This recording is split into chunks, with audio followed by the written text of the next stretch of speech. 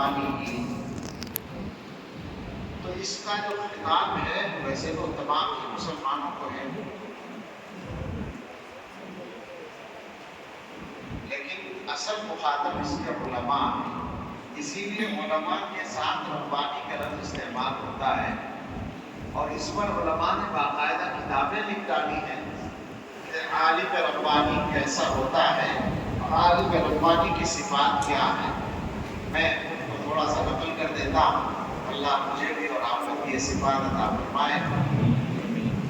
جلدی میں بہت زیادہ تشریح نہیں کروں گا، ایک طرح سے فہرست کی شمار ہوگی۔ پہلی چیز تو یہ کہ عالم ربانی کی اپنی ذات میں کیا صفات ہونی چاہیے، اس میں سب سے پہلی چیز علم ہے، دوسری چیز اتباع ہے، تیسری چیز اخلاص نیت ہے، چوتھی چیز علم کی صفات اور اس کے آداب ہے، پانچویں چیز لوگوں کے ساتھ اچھے طریقے سے پیش آنا ہے، چھٹی چیز اس علم کے ذریعے سے کوئی عزت حاصل کرنا ہے، یعنی علم اصل ذریعہ عزت ہو، ساتویں چیز حکمت ہے، آٹھویں چیز اپنی ذات کا انکار ہے، یعنی اپنی ذات کو بڑا نہ سمجھنا ہے، نویں چیز علم نافع ہے، اور دسویں چیز ہے پھر آگے سکھانا۔ یہ ایک عالم نے چند چیزیں لکھی ہیں جو میں نے بیان کی۔ اس کے بعد ایک بحث یہ اٹھائی گئی ہے کہ عالم ربانی جب کوئی آدمی بن جائے تو اس کو کرنا کیا ہے۔ اس میں پہلا کام یہ ہے کہ وہ علم میں رسوخ حاصل کرے۔ حضرت ابو درداء رضی اللہ تعالیٰ عنہ کی روایت سب کو معلوم ہے کہ رسول اللہ صلی اللہ علیہ وسلم نے ارشاد فرمایا، ان العلماء ورثۃ الانبیاء وان الانبیاء لم يورثوا دینارا ولا درہما وانما ورثوا العلم فمن اخذه اخذ بحظ وافر۔ اخذ بحظ وافر جو ہے یہ خبر بھی ہو سکتا ہے اور خبر برائے امر بھی ہو سکتا ہے کہ جو آدمی علم حاصل کرے اس کو بڑی مقدار میں حاصل کرے، زیادہ حاصل کرے، تو یہ ہے کہ رسوخ فی العلم حاصل کرنے کی کوشش کی جائے۔ ایسا نہ ہو کہ علم کچا ہو، علم تھوڑا ہو، ناقص مطالعہ ہو، معلومات ہی نہ ہو۔ علامہ ابن تیمیہ رحمۃ اللہ علیہ نے ایک بات کہی ہے کہ اہل العلم من الصحابہ كانوا يعرفون من معانی کلام رسول اللہ صلی اللہ علیہ وسلم ما لا يعرفه غيرهم۔ صحابہ میں جو اہل علم تھے وہ حضور علیہ السلام کے کلام کے وہ معانی جانتے تھے جو معانی دوسرے لوگ نہیں جانتے تھے، اور یہی لوگ راسخین فی العلم تھے۔ حقیقت یہ ہے کہ حضرات صحابہ کی تو بڑی تعداد بلکہ اکثریت اسی طرح کی مہارت رکھنے والے حضرات کی ہے، اور ان کو اللہ تعالیٰ نے ایک خاص قسم کی گہرائی عطا کی تھی۔ مشکات میں آپ نے عبداللہ بن مسعود رضی اللہ تعالیٰ عنہ کا ارشاد پڑھا ہے، اس میں انہوں نے حضرات صحابہ کے بارے میں جو الفاظ کہے ہیں، ابرہا قلوبا اعمقہا علما اقلہا تکلفا، تو اعمقہا علما، امت میں سب سے گہرا علم رکھنے والے لوگ حضرات صحابہ تھے، اور اس کی ایک مثال آپ یاد کر لیں، ممکن ہے کہیں تذکرے میں آئی تو ہمارے یہاں نہیں تو آپ نے پڑھا بھی ہو سکتا ہے، حدیث میں ہے یہ بات کہ کسی نے ایک صحابی سے پوچھا تھا کیف کان سکوت رسول اللہ صلی اللہ علیہ وسلم، حضور علیہ السلام کا سکوت کیسا تھا، خاموشی کیسی تھی۔ تو ایک تو سوال کرنے والا ہی کوئی بڑا صحیح معلوم ہوتا ہے، بڑا آدمی، ظاہر ہے وہ تابعی ہوں گے۔ صحابی کا جو جواب ہے وہ بتا رہا ہے کہ حضرات صحابہ کا علم کس انداز کا تھا، اور وہ حضور علیہ السلام کی شخصیت کو کس طرح پڑھتے تھے۔ انہوں نے فرمایا کان سکوتہ صلی اللہ علیہ وسلم علی اربع، حضور کے سکوت میں 4 باتیں تھیں۔ اب آپ دیکھیں سوال ہوا سکوت کے بارے میں تو انہوں نے مضمون پورا علم کا ایک باب پیش کر دیا۔ کان سکوتہ صلی اللہ علیہ وسلم علی اربع، علی العلم والحذر والتقدیر والتفکر، اور اس کے بعد پھر 4 کی تشریح کی، کہ علم سے مراد کیا ہے، ادب سے مراد کیا ہے، تقدیر سے مراد کیا ہے، تفکر سے مراد کیا ہے۔ یہ چونکہ ضمن آیا ہے اس لیے اس کی تفصیل میں بیان نہیں کرنا چاہتا اس وقت میں۔ آپ سے تو فقط یہ کہنا ہے کہ علم کا رسوخ اپنے اندر پیدا کرنے کی فکر کرنی ہے۔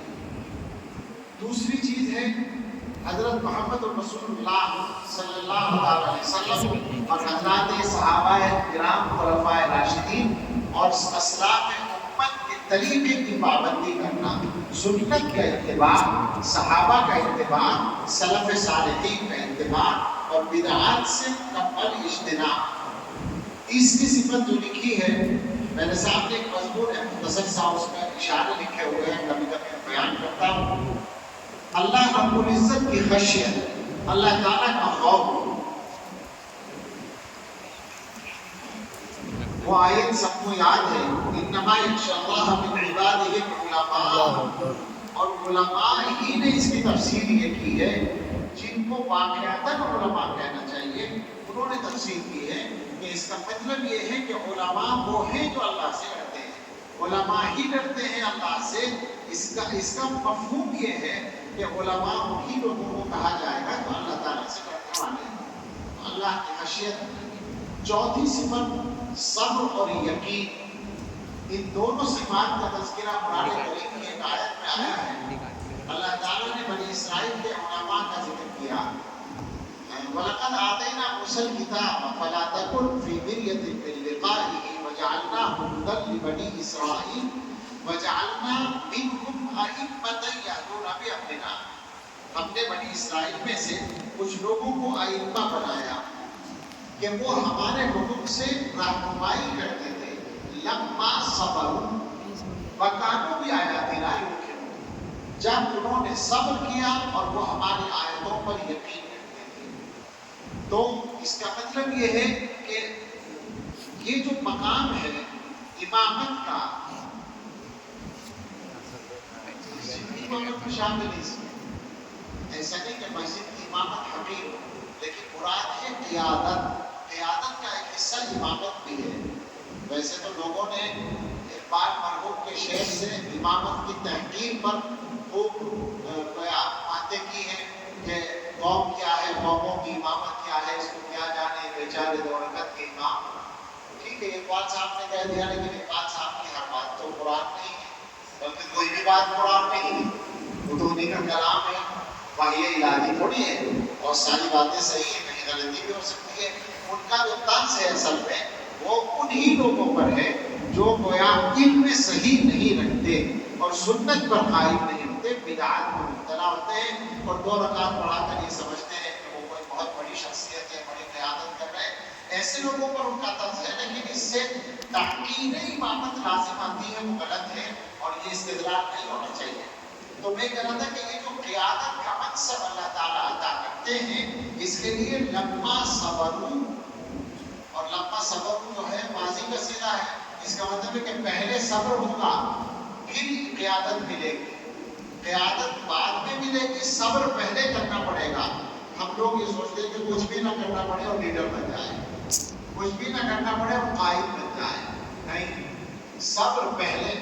اور وَكَانُوا بِآيَاتِنَا يُوقِنُونَ، یقین چاہیے، اور یہ جملہ استمراری ہے، آپ سمجھتے ہیں، تو اس کا مطلب یہ کہ یقین شروع سے آخر تک جاری رہنا چاہیے۔